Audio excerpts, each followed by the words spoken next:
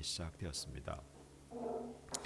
여러분 오늘 말씀은요, 우리가 고린도전서 15장 하면 이 부활장으로 좀 유명합니다. 뭐 예를 들면 고린도전서 13장, 그럼 사랑장 이런 것처럼 이 15장은 부활장으로 유명한데요. 이 말씀은요, 오늘날 21세기 한국 사회에 또 한국에 살고 있는 저와 여러분을 향해서 사도 바울이 쓴 편지는 아닙니다. 2000년 전에 고린도라는 지금의 그리스 지역에서 그 아테네 아시죠? 아테네보다 좀 더 남쪽으로 보면 그 지역에 있는 그 그리스도인들에게 바울 사도라는 분이 쓴 편지가 바로 이 고린도 전후서입니다. 그러니까 지금의 우리의 문화, 환경 이런 거와 사뭇 다르겠죠. 여러분 나라가 다르면요, 언어도 다르고 문화도 다릅니다. 제가 TV를 이렇게 볼 때 보니까 어떤 나라는 예를 이렇게 한답니다. 고개를 돌린대요. 예, 아니요 이렇게. 우리하고는 반대죠. 우리는 예, 아니요 이렇잖아요. 근데 예, 아니요 이렇게 하는 지금 우리 같은 시대에도 그런 민족이 있습니다. 근데 하물며 2000년 전에 여러분 얼마나 많이 좀 차이가 있겠습니까? 그래서 우리가 성경을 이해할 때는 이 말씀이 언제 기록됐는가, 누구에게 기록됐는가, 어떤 역사적인 배경을 갖고 있는가라는 것을 이해하면 굉장히 성경을 우리가 좀 더 명확하게 이해할 수가 있습니다. 자, 그런 차원에서 이 고린도라는 도시를 잠깐 한번 보겠습니다. 예, 자, PPT를 좀 띄워주시고요. 여러분 사도 바울이 이 고린도에 보낸 편지인데요. 네, 제가 할게요. 네, 여기가 이제 고린도입니다. 이 고린도 여기 이 고린도라는 요 도시는 지금 이렇게 운하가 있지만 그 당시에는 이렇게 뚫을 수가 없었죠. 이 여기가 터키 지역이거든요. 예, 동양, 그리고 여기 그리스, 여기 이탈리아, 이제 서양, 동서양을 잇는 중요 항구들이 있습니다. 이 고린도라는 도시가 항구 도시거든요. 항구 도시에 몇 가지 특징이 있죠. 부유하고 무역이 아주 빈번하게 일어나고, 그리고 사람들이 많이 다닙니다. 그러면서 또 부정적인 이런 현상들도 있죠. 좀 그 어떤 유흥, 또 방탕, 또 어떤 음란, 뭐 이런 것들도 같이 있는 여기가 바로 고린도. 네. 예, 그래서 이런 지정학적인 위치를 가지고 있는 여기 항구도 있고 여기 항구도 있습니다. 지금은 이렇게 운하가 뚫려 있는데요. 세계 3대 운하 중에 하나라고 하잖아요. 수에즈, 파나마, 고린도. 예, 이 운하가 그 당시로는 이걸 뚫을 수가 없으니까 아까 보시면 여기 이렇게 운하가 뚫려 있으면 바로 여기서 동서양이 바로 갈 수 있는데 이게 없으니까 삥 둘러서 가야 됩니다. 굉장히 멀겠죠. 하나 좀 넘겨주세요. 네. 실제로 이렇게 배를 예인해서 이렇게 갑니다. 굉장히 기술이 좋은가 봐요. 예. 누가 생각나는 사람 있죠? 한설이 생각납니다. 그 다음 넘겨주세요. 네. 여러분 이게 이 고린도인데요. 여러분 시지푸스 신화 아시죠? 뭐 지금 아마 드라마로도 하고 있는 걸로 아는데, 그 시지푸스 신화에 나오는 이 산이 바로 여기입니다. 그 다음에요. 네, 이 돌 형벌로. 하여튼 그 신화에 의하면 영원히 돌이 굴러떨어지면 다시 올리고 이걸 영원히 한다고 생각해 보세요. 참 이런 형벌도 있네요. 여기 이제 아프로디테라는 여신, 그 에베소가 아데미 여신을 이제 많이 섬겼다면 이 고린도는요 아프로디테라는 여신을 섬기는 또 그런 도시였습니다. 지금도 이런 터가 남아 있습니다. 이 당시에 여사제들이 한 1,000명 정도 됐다고 해요. 여사제들이 여기 산에 있습니다. 그럼 아까 하나 좀 넘겨주실래요? 앞으로 사람들이 여기 산에 꽤 높은 곳에 올라가는 거예요. 올라가서 거기 신전 의식에 참여하는데 이 당시 문화입니다. 이 당시 문화는 우리처럼 뭐 경건한 이런 것이 아니에요. 그런 신전에 가서 자기들이 그 신을 숭배한다는 것은 하나의 의식 중에 요런 그다음 앞으로 좀 넘겨주세요. 네, 요런 터에 보면 이제 그런 신전이 있는데 그 밑에 보면 이제 여러 방들이 많대요. 그럼 그 여사제들과 거기에 신전에 온 사람들이 이제 막 어떤 이런 성관계를 한다든지 이런 경우들이 너무나 자연스러운 하나의 문화로 되어 있었습니다. 지금 우리가 생각하면 굉장히 이상한 거잖아요. 어떻게 종교가 저럴 수 있나? 라고 생각할 수 있는데 그 당시의 문화로서는 그게 그렇게 험이 되지 않고 이상하지 않은. 여러분 우리나라 선교사님들이 처음에 한국에 들어왔을 때요 130년 전에 우리나라 사람들의 특징을 보니까 술을 마시면 말술을 마시는 거예요. 그리고 처첩제도 첩이 너무 많은 거예요. 그런 걸 보고 이제 그때 어떤 금지한 몇 가지가 있습니다. 그런 것 중에 술, 담배, 첩, 노름, 하여튼 기타 여러 가지 그런 게 이제 한국 교회 지금까지도 전통으로 사실 좋은 전통인 거죠. 좋은 전통으로 이렇게 좀 좀 이렇게 되고 있습니다. 나라마다 이런 전통들은 좀 차이가 있을 수 있습니다. 예를 들면 남미 같은 나라에서는요 축구를 너무 좋아해요. 근데 축구를 어느 정도 좋아하냐면 그냥 우리가 스포츠를 좋아하는 정도가 아니라 거의 막 광적으로 좋아해요.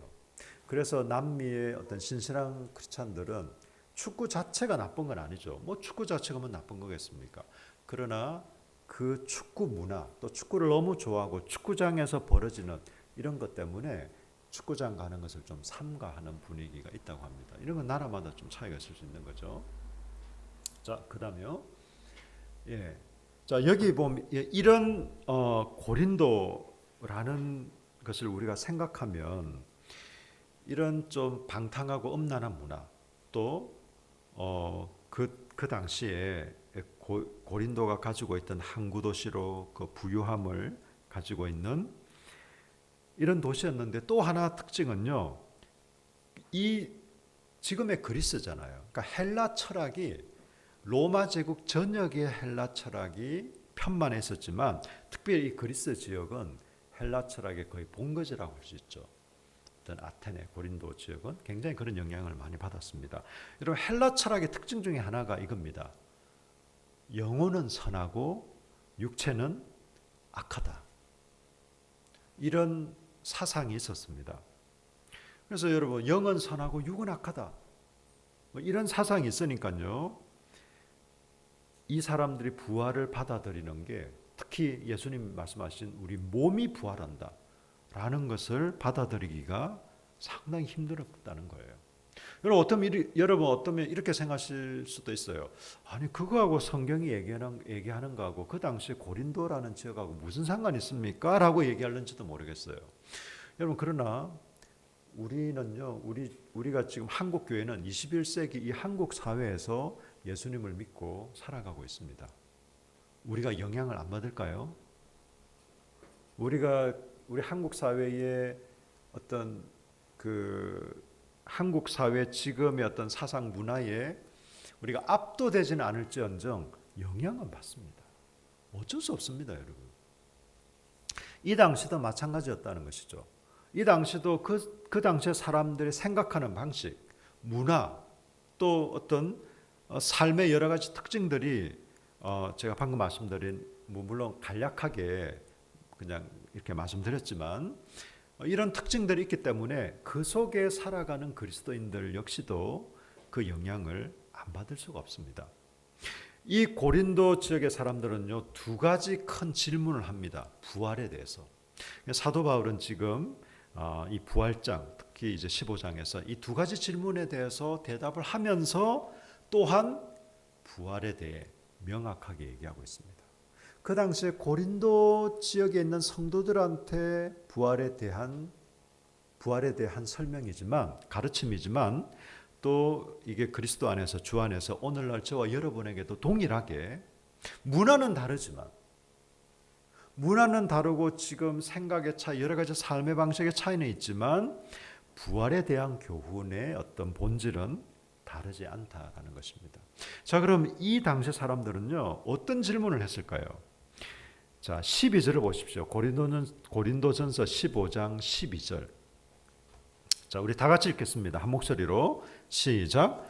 그리스도께서 죽은 자 가운데서 다시 살아나셨다 전파되었거늘 너희 중에서 어떤 사람들은 어찌하여 죽은 자 가운데서 부활이 없다 하느냐? 여러분, 이 너희 중에 어떤 사람들이라는 것은요, 그냥 고린도 지역에 살고 있는 예수님을 안 믿는 사람들이 아닙니다. 너희 중에, 이 너희라는 것은 고린도 교회 성도들을 얘기하는 거예요. 너희 중에서 여러분, 교회를 안 다니고 하나님 안 믿는 사람이 부활이 없다 하는 것, 부활이 있다 하는 게 더 이상한 거죠. 교회도 안 다니고 하나님도 안 믿는데 부활이 있어요, 이렇게 생각하는 사람이 오히려 더 이상한 거죠. 그 사람들은 당연히 부활이 없다 할 것인데, 고린도 지역에 살고 있는 예수를 믿고 하나님을 아버지로 이렇게 고백하는 사람들 중에서도 부활이 없다 얘기합니다. 왜요? 이런 그 당시 헬라 철학과 문화의 영향 때문에 그런 것입니다. 여기에 대해서요, 사도 바울은 명백하게 얘기를 하고 있습니다. 여러분, 혹시 오노다 히로라는 사람을 아십니까? 예, 그 다음 좀 넘겨주시겠어요? 예. 이 오노다 히로라는 사람은요, 제가 아마 설교 중에 한두 번쯤 얘기를 한 것 같기도 합니다. 2차 세계대전이 끝났음에도 불구하고 필리핀 정글에서 그는 여전히 그 전쟁이 끝나지 않았다고 믿고 계속 전쟁을 수행했습니다. 왜냐하면 미군의 심리전으로 받아들인 거예요. 막 이렇게 팜플렛, 찌라시 같은 게 막 뿌려지고 막 방송이 나고 했지만, 저건 미군들이 우리를 이렇게 막 현혹시키려는 이런 심리전이다. 아직 전쟁은 끝나지 않았다. 우리한테 거짓 이 투항을 막 금고하는 것이다. 이렇게 생각하고 다른 두 사람과 함께 총 3사람이 끝까지 전쟁을 수행했습니다. 그래서 전쟁 일지도 하루하루 다 쓰고 그 어떤 무기도 점검하고 이렇게 하면서 무려 29년 4개월을, 물론 3사람이 그런 건 아닙니다. 2사람은 시간이 지나면서 죽고 이 오노다 히로라는 사람만이 유일하게 29년 4개월을 그 필리핀 정글에서 전쟁을 수행했습니다. 사람들이 이 사실을 알고 다른 사람들이 너무 안타까워서 전쟁이 끝났습니다, 제발 이제는 나오세요 해도 안 믿는 거예요. 그래서 이 일본의 직속 상관은 이미 그때 사망한 상태였고, 좀 연관된 상관이 직접 필리핀 이 정글에 들어가서 명령을 내렸어요. 우리는 패전했다, 전쟁은 끝났다. 이 얘기를 듣고 이 사람이 나왔습니다. 이 모습입니다. 29년 4개월, 1974년 이 모습으로 나왔습니다. 나와서 일본에서 어느 정도 생활하다가 도저히 적응을 못해서 그냥 다른 나라로 이민 갔다고 제가 기사에 보니까 그런 게 있었습니다. 여러분, 우리가 한편으로 생각하면요, 참 대단한 사람 아닙니까? 정말 이 군인 정신, 투철한 그 어떤 성실과 치열한 어떤 삶이라는 차원에서는 정말 대단한 사람이긴 한데, 또 한편으로 생각하면 참 안타깝고 어리석은 사람이기도 합니다. 그는 굳게 믿고 있었어요. 뭘요? 전쟁은 끝나지 않았다. 나는 지금 대일본 제국의 한 군인으로 이 전쟁을 수행하고 있다. 사실은 전쟁 끝났는데, 만약에 전쟁 중이었다면 이 사람의 행동은 칭송받을 만한 행동이죠. 대단한 행동이에요. 그런데 지금 전쟁이 이미 끝난 상황에서 이 오노다 히로의 어떤 삶의 방식과 행동은 너무나 안타까운 것인 거죠. 여러분, 마찬가지로 부활은 없다라고 얘기하고 그것을 굳게 믿고 있는 사람들이 여러분 대단한 것처럼 보이지만 사실은 어리석고 안타까운 겁니다. 누구처럼요? 이 오노다 히로처럼 말이죠. 부활은 없다. 어떻게 하나님이 이 더러운 몸으로 다시 살아나신다? 그건 있을 수 없다. 여러분, 그럼 이 사람은요, 이 사람들은 너희 중에 어떤 사람들이란 이 사람들은 하나님 안 믿는 사람이었습니까? 아니요. 믿는 사람이었어요. 믿긴 믿는데, 믿긴 믿어요. 구원받을 것도 믿어요. 구원받은 것도 믿고, 받을 것도 믿고, 영원히 하나님과 천국에서 살 것도 믿는데, 몸으로 부활은 안 할 거야. 어떻게 이 더러운 몸으로, 예수님이 부활하셨고 우리가 부활하냐? 예수님은 부활하셨지만 그건 실제 몸이 아니고 그냥 영이 이렇게 된 거야. 여러분, 지난주에 살펴봤죠? 예수님 몸으로 부활하시고 만져보라고도 하시고 같이 음식도 드시고. 우리는 분명 몸으로 부활할 것입니다. 여러분, 그러면요, 우리 몸은 어떻게 부활할까요? 여러분, 35절을 한번 보십시오. 35절. 누가 묻기를, 이제 두 번째 질문입니다. 죽은 자들이 어떻게 다시 살아나며 어떠한 몸으로 오느냐 하리니. 여러분, 이 말은요, 실제로 누가 이런 질문을 한 건 아니에요. 여러분, 이것을 보통 수사적 질문이라고 하잖아요. 실제로 자기한테 그런 질문해서가 아니라 사도 바울이 만약 이렇게 묻는다면 난 이렇게 답하리라, 뭐 이런 겁니다. 자기가 묻고 자기가 답하는 형식으로. 여러분, 성경을 보시면 특히 바울이 쓴 편지들을 보시면요, 이런 형식의 어떤 그 전개가 많습니다.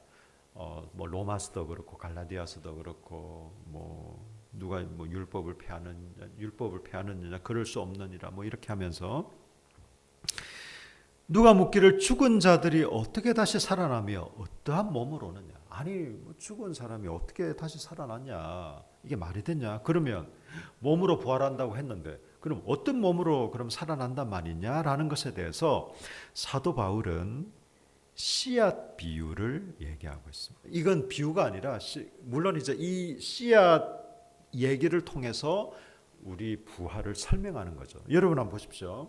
사도 바울은 밀을 얘기하고 있어요. 네. 그 당시 곡식인 밀과 곡식 씨앗을 가지고요, 어리석은 자여, 내가 뿌리는 씨가 죽지 않으면 살아남지 못하겠고.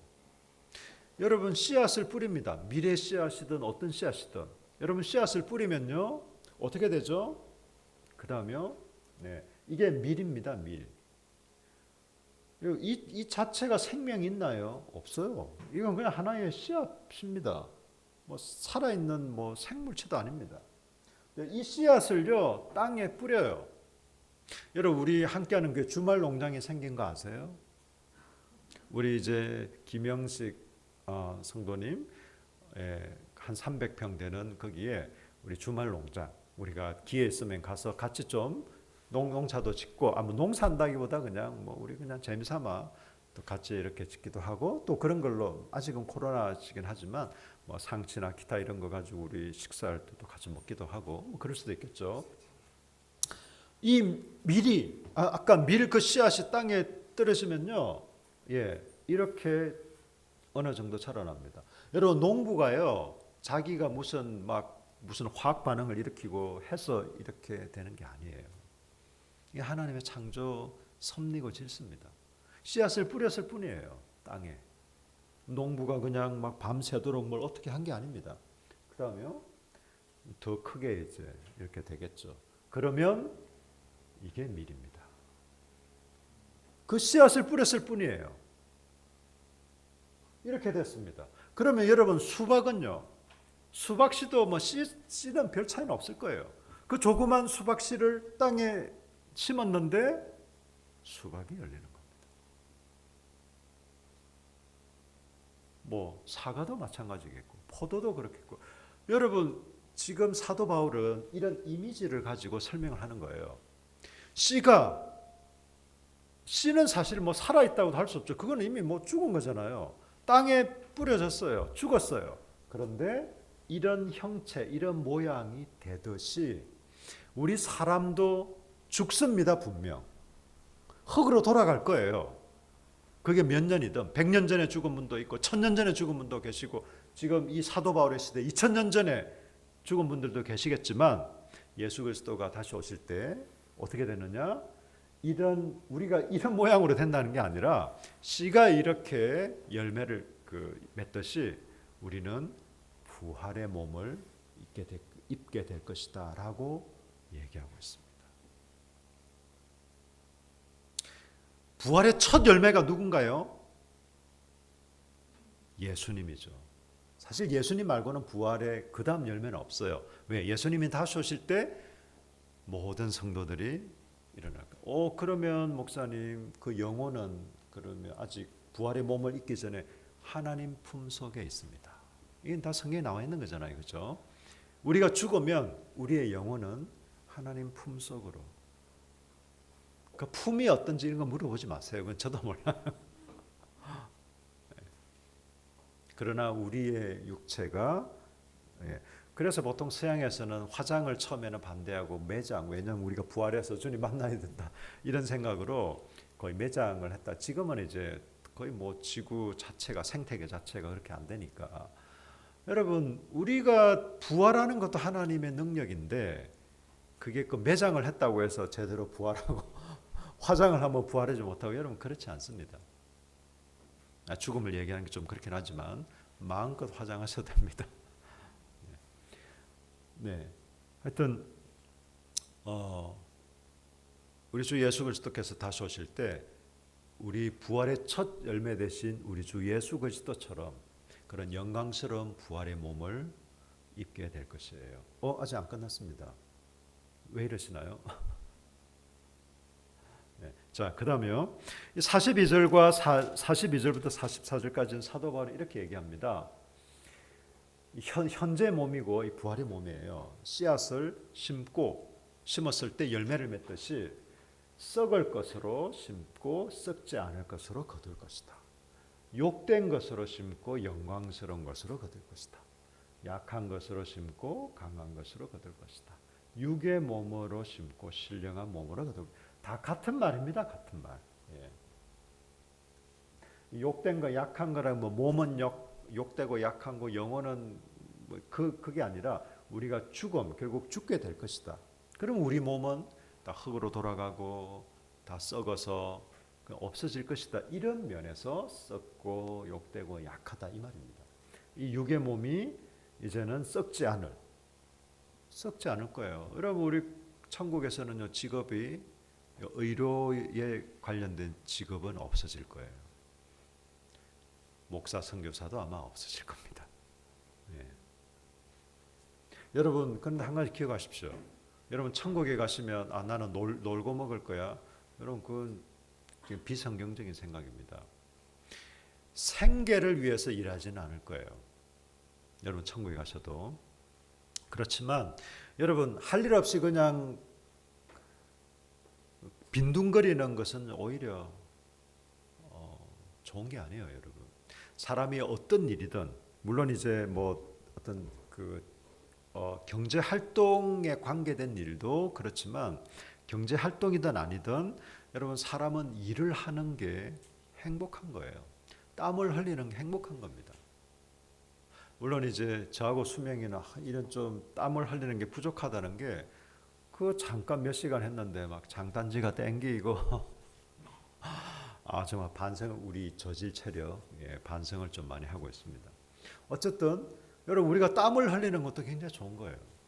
왜? 하나님 우리 그렇게 만드셨기 때문에. 여러분 일을 하는 거. 요즘 사람들의 로망 뭔지 아세요? 음식과 여행입니다. 좋은 곳 돌아다니면서 맛있는 거 먹는 것을 그냥 인생의 낙으로 알고 있어요. 그렇게 그러니까 좋은 곳에 가서 또 우리 사랑하는 사람들과 음식을 먹는 것은 참 좋은 일이긴 한데 그게 우리의 로망이나 그게 우리의 삶의 목표가 결단코 될 수 없습니다. 특히 우리 그리스도인들이 그런 생각을 하고 있다면 회개해야 돼요. 회개해. 이게 정말 이 무늬만 예수쟁이지 이건 예수님도 모르고 성경도 모르고 하나님도 모르는 생각이에요. 우리가 좋은 곳에 갈 수 있어요. 더불어 맛있는 거 먹을 수 있습니다. 그 자체 나쁜 거 아닙니다. 때때로 우리가 그런 걸 즐기고 하나님 주신 은혜를 누리지만 여러분 그래서 뭐 사람들은 가능하면 젊었을 때 돈 많이 벌어서 그냥 놀면서 여행이나 다니고 맛있는 거나 먹고 우리는 하나님 앞에 서는 그 순간까지 아니 영원토록 건강하고 건전한 이런 활동과 일을 하는 것은요 성경의 기본 정신이에요. 그래서 여러분 천국 가서도 여러분 일할 것이에요. 저는 천국에서 좀 축구도 있었으면 좋겠고 제 아내가 저를 바보 축구라고 하지만 하여튼 축구도 있었으면 좋겠고 좀 일도 했으면 좋겠고 제가 아직도 기억합니다. 제가 중고등부 그 학생들 지도할 때 어떤 친구가 저한테 와서 예배를 딱 끝마치고 제가 그때 마침 요한계시록 이제 막 우리는 영원히 천국 가서 영원토록 하나님께 예배드릴게요 했더니 애가 굉장히 심각한 얼굴로 얘기를 하는 게 목사님 이 일주일에 한 번 1시간 예배도 지겨워 죽겠는데 천국 가면 영원토록 매일같이 예배드린다고요. 나 그 천국 안 가면 안 될까? 이 얘기를 하는 거예요. 굉장히 정직한 친구였죠 사실은. 속으로만 그렇게 생각하고 얘기를 안 했을 친구들도 아마 있었을 것 같은데 여러분 그런 개념이 아닙니다 여러분.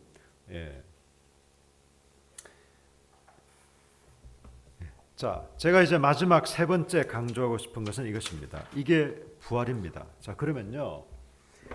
이 부활에 제가 설교 제목이 뭐죠?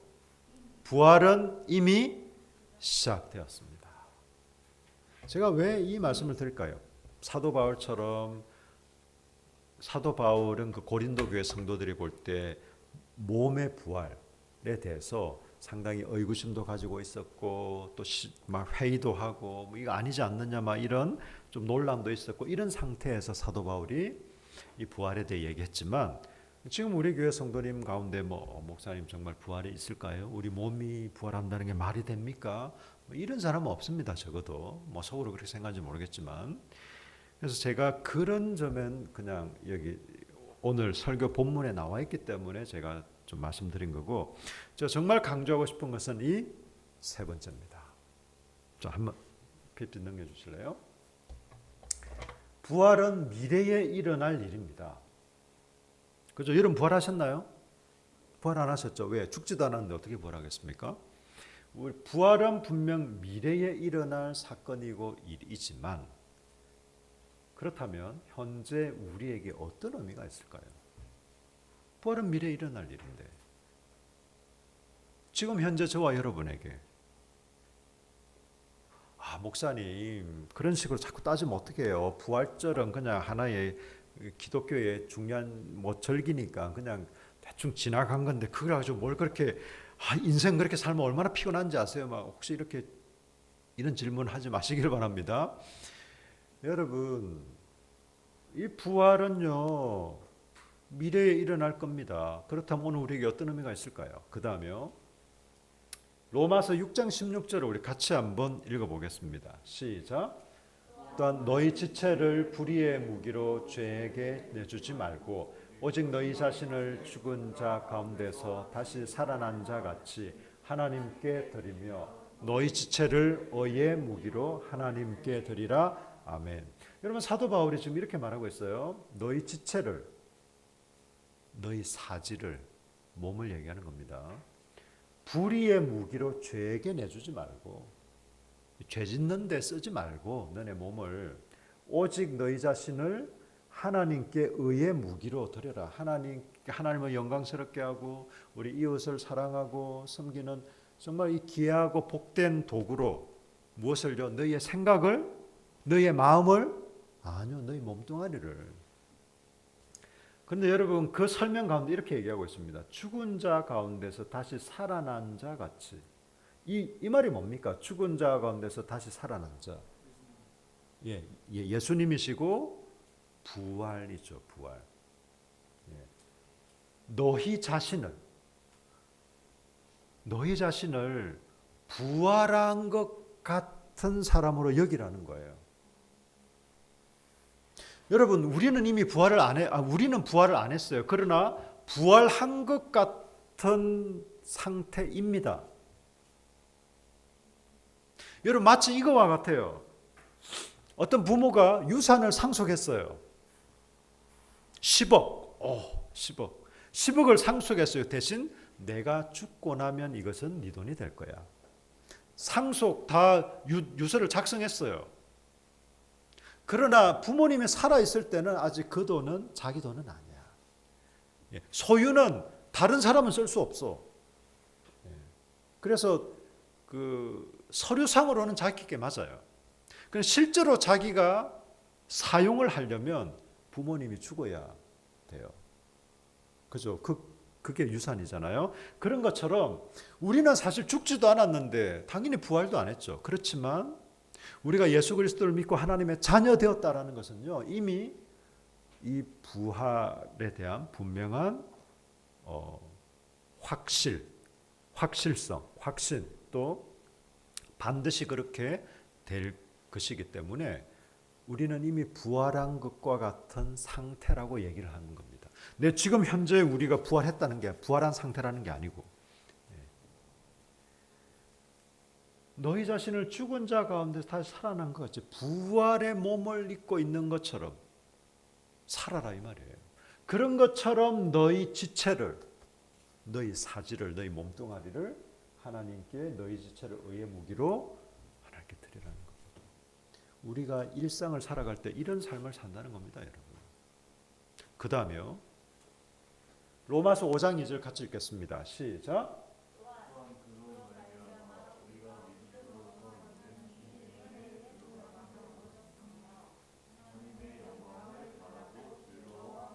네, 이 은혜에 들어감을 얻을 것이다가 아니고요. 이건 명백한 과거로 얘기하고 있습니다. 이 은혜에 들어감을 얻었다. 이 은혜에 들어감이 뭡니까? 하나님의 영광을 바라고 절구하는. 그러면 믿음으로 서 있는 이 은혜에 들어감을 우리가 이미 부활하고 우리가 이미 하나님의 그 영광을 마치 누리고 있는 것, 이미 누린 것과 같은 이미 이 은혜에 들어감을 얻었어요. 우리의 신분과 상태가 그렇다는 겁니다. 그래서 그런 사람처럼 실제로 그렇기 때문에 하나님의 영광을 바라고 즐거워하며 살라는 겁니다. 여러분, 요즘 청년들이 많이 어렵다고 하잖아요. 힘들다고 하는데 예를 하나 들게요. 자, 아까 혼자 빵긋 반응을 한 향은이를 예를 한번 들겠습니다. 네, 향은이의 유산이 100억이야. 100억. 네, 100억이에요. 지금 좀 100억이긴 하지만 아직 반드시 자기 돈이 될 것이지만 어쨌든 아직은 자기 돈이 아니야. 부모님 뭐 유산으로 다 해놨는데 자기가 아직은 손을 못 대. 지금 조금 어려워가지고 비록 라면으로 때울지라도 향은이가 자기를 막 비루하고 구차하게 생각할까요? 아닐 거예요. 나 100억 있는 여자야. 이 정도 포스는 돼.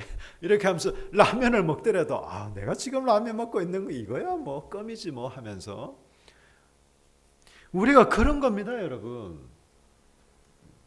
우리 하나님이 100억 우리를 여러분 성경은 상속자라고 굉장히 많이 표현하고 있는 거 아세요? 상속자. 여러분 이 온 우주 만물이 다 하나님의 것인데 우리가 무슨 뭐 땅덩어리 거기서도 지금 뭐 LH 사태처럼 우리가 노른자를 미리 분양을 사놔야 돼. 여러분 그런 거 아니겠죠. 당연히 아니겠죠, 그죠? 우리 영광스러운 이 하나님의 은혜와 생명과 이 온 우주 만물을 하나님 때문에 우리도 소유한 자가 되었어요. 지금도 마찬가지입니다. 그렇다면 여러분, 우리가 이 땅을 살아갈 때 지금 현재의 내 상태가 좀 어떻고 지금 현재의 영향을 받죠. 당연히 저도 받아요. 그렇지만 거기 짓눌리지 않습니다. 지금 현재 상황이 우리를 좌지우지할 수 없습니다. 때때로 영향은 좀 받을 수도 있겠죠. 그렇지만 그건 여러분 크게 문제가 안 될 수 있는 게 바로 우리 그리스도인들입니다. 이미 우리는요, 이 은혜에 들어감을 얻은 사람들. 이미 우리는요, 부활한 것 같은 신분과 상태입니다. 그렇게 살아가는 게 믿음이라고 얘기해요. 만약에 여러분 오노다 히로처럼 사실은 그게 아닌데 우리가 그냥 그 막 잘못된 종교 있잖아요. 뭐 그 이상한 막 이런 그냥 교주를 따르는 뭐 이런 일부 불건전한 이런 사람들처럼 사실은 부활은 없는데 우리가 그냥 그렇게 착각하고 살고 있다면 우리처럼 불쌍한 사람이 없겠죠. 그래서 사도 바울은 얘기합니다. 부활이 없다면 우리처럼 불쌍한 사람들도 없다. 여러분 정말 부활이 없으면요, 우리처럼 불쌍한 사람들이 없어요. 정말 이 바보 같은 거예요. 차라리 그럴 바에야 하여튼 노세 젊어서 노세, 잘 먹고 잘 놀고 인생 그냥 하여튼 최대한도로 그냥 즐기다가 가는 게 여러분 그게 어쩌면 현명할 수도 있어요. 그렇지만 부활이 있습니다. 부활이 없다고 뭐 죽어봐야 알지. 너 죽어봤냐? 아이고 다들 뭐 하는 소리지. 라고 생각하며 살아가고 있는 이 오노다 히로와 같은 사람들이 우리 주변에는 너무 많습니다. 눈에 보이는 것이 전부인 것으로 알고 그렇게 살아가는 사람들. 여러분 우리는 이 땅에 발을 붙이고 살고 있어요. 영향을 받습니다. 날씨가 추우면 우리도 추위를 타고요. 더우면 역시 우리가 이 영향을 받습니다. 그렇지만 우리는 눈에 보이는 것만으로 살아가지 않습니다. 우리는 믿음을 따라 살아갑니다.